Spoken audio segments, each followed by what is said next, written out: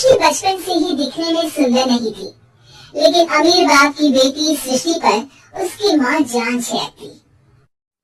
मेरी बेटी कितनी प्यारी है, भगवान सबको सृष्टि जैसी बेटी दे। सृष्टि धीरे धीरे बड़ी होती है।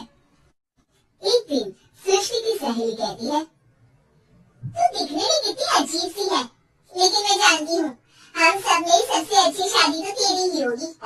तेरे पापा अमीर जो है, और वो तो हमें ही सकते यार, दहेज तो हर कोई देता है, ये क्या ज्यादा ले जाएगी अपने पति के लिए?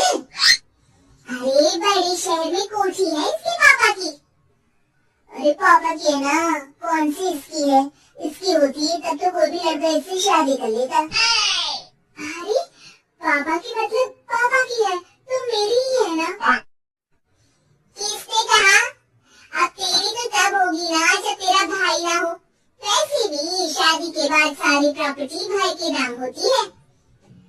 सृष्टि समझ जाती है कि उसे किसी भी हालत में माँ बाप की सारी प्रॉपर्टी को अपने नाम करना है, लेकिन कैसे? एक दिन सृष्टि का भाई शीनू कहता है, बहन क्या कर रही है, तुझसे एक बात करनी है। अरे हाँ करना, मैं तो तेरी बहन हूँ। बहन मेरी लाइफ में ना एक लड़की है, बहुत अच्छी है, मैं सोच रहा हूँ माँ और पापा से बात करूँ शादी के लिए। सृष्टि को समझ में आ जाता है कि भाई की शादी होते ही भाभी उसे एक दिन भी घर में बर्दाश्त नहीं करेगी। क्या बात है भाई, बताना कौन है वो? यार वो बहुत अच्छी लड़की है, पढ़ी लिखी है, मेरे साथ जॉब भी करती है, बस एक प्रॉब्लम है। प्रॉब्लम? क्या प्रॉब्लम है भाई? यार वो शादीशुदा है, लेकिन उसके पति ने उसे सिर्फ इसलिए छोड़ दिया क्योंकि उसके माँ बाप दहेज नहीं दे पाए। सृष्टि ये सुनकर न जाने क्यों खुश हो जाती है। अरे भाई तो क्या हुआ, लड़की तुझे तो पसंद है ना। शीनू को लगता है कि बहन उसे समझ रही है। वो इस बात से अनजान होता है कि उसकी बहन की मंशा पूरा घर हड़पने की है। सृष्टि की माँ से कहती है, मम्मी मुझे तो बहुत चिंता है, पता है शीनू क्या कर रहा है? अरे क्या कर रहा है, वो तो काम पर जाता है और वापस घर आता है। नहीं ना माँ, वो यही तो नहीं कर रहा, बाकी सब कर रहा है। आपको पता है उससे प्यार है, और वो भी एक शादीशुदा लड़की से। ये क्या हो गया, मैं सोसाइटी में क्या मुंह दिखाऊंगी? अरे तेरे पापा तो यही कहेंगे कि मैंने ही उसे बिगाड़ दिया है। माँ देखो मेरी बात मानो, पापा पर भी विश्वास करने की जरूरत नहीं है। अब आप ही बताओ, पापा इतनी देर घर के बाहर रहते हैं क्यों, बोलो? बेटा वो तो नौकरी करते हैं ना। तू बहुत भोली है माँ, पापा का ऑफिस तो 7 बजे खत्म हो जाता है, लेकिन देखो कितनी देर से आते हैं। अरे नहीं बेटा, ऐसी कोई बात नहीं है। सृष्टि माँ को एक औरत से बात करते पिता की फोटो दिखाती है।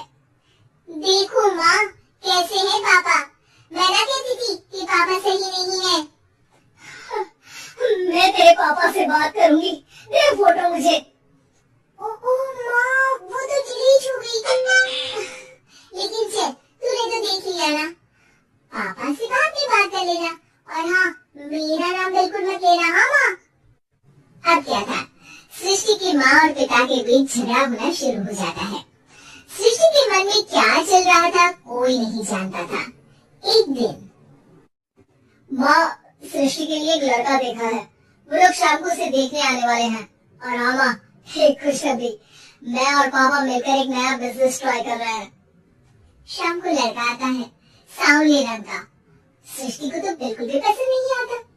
लड़की की माँ कहती है, लड़की का चेहरा तो कोई खास नहीं, लेकिन अगर मेरे बेटे को आप लोग सेटल कर दें तो मैं उसकी शादी आपकी बेटी से करवा दूं। सृष्टि को लड़का बिल्कुल पसंद नहीं था, उसे भाई पर गुस्सा आ जाता है। लड़के वालों के जाने के बाद कहती है, माँ देखा शीनू मेरे लिए कैसा लड़का लेकर आया, मैं दिखाने लायक न सुनने लायक, सेटल भी नहीं, वो भी हम करे। अरे माँ मैं जानती हूँ ये मेरी शादी किसी भी घर कर रही है बहन? तूने तो देखा ना, लड़की को मैंने ही मना कर दिया तुझसे शादी के लिए। जिसने लड़का बताया था उसने उसकी बहुत तारीफ की थी। बात आई गई हो जाती है, लेकिन सृष्टि का मन शांत नहीं होता। क्या करूं, कुछ समझ में नहीं आ रहा। मेरी शादी होगी तो ये लोग पूरी प्रॉपर्टी शीनू के नाम कर देंगे, मेरे हाथ तो कुछ लगेगा ही नहीं। तभी सृष्टि को आइडिया आता है। वो किसी वकील को फोन करती है।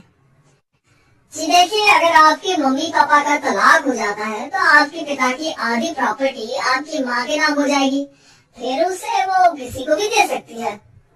सृष्टि अब माँ को बेटे के खिलाफ करती है। माँ, शीनू पर नजर रखा करो, वो जिस लड़की के प्यार में है ना, वो शादीशुदा है। यहाँ आएगी, सारा पैसा, रुपया, जमीन, जायदाद सब हड़प लेगी।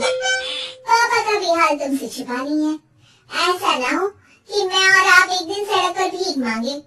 हे भगवान, मैं तो जीते जी मर जाऊंगी अगर ऐसा हो गया तो। ऐसा हो गया नहीं माँ, ऐसा ही होगा। अभी समय है, आगे का सोच लो। मैं तो कहती हूँ पापा से आधी प्रॉपर्टी लेकर अलग हो जाओ। पापा की आधी प्रॉपर्टी भी हम लोगों को अगर मिल जाती है ना, तो अगले 7 जन्म सफल समझो। बेचारी माँ बेटी के कहने पर पति से तलाक लेकर अलग हो जाती है। सृष्टि अब पैसों से गाड़ी और अपने दूसरे महंगे शौक पूरे करने लगी। उसके दोस्त भी उसके पैसे इस्तेमाल करते। सृष्टि, कल तुम कहाँ थी?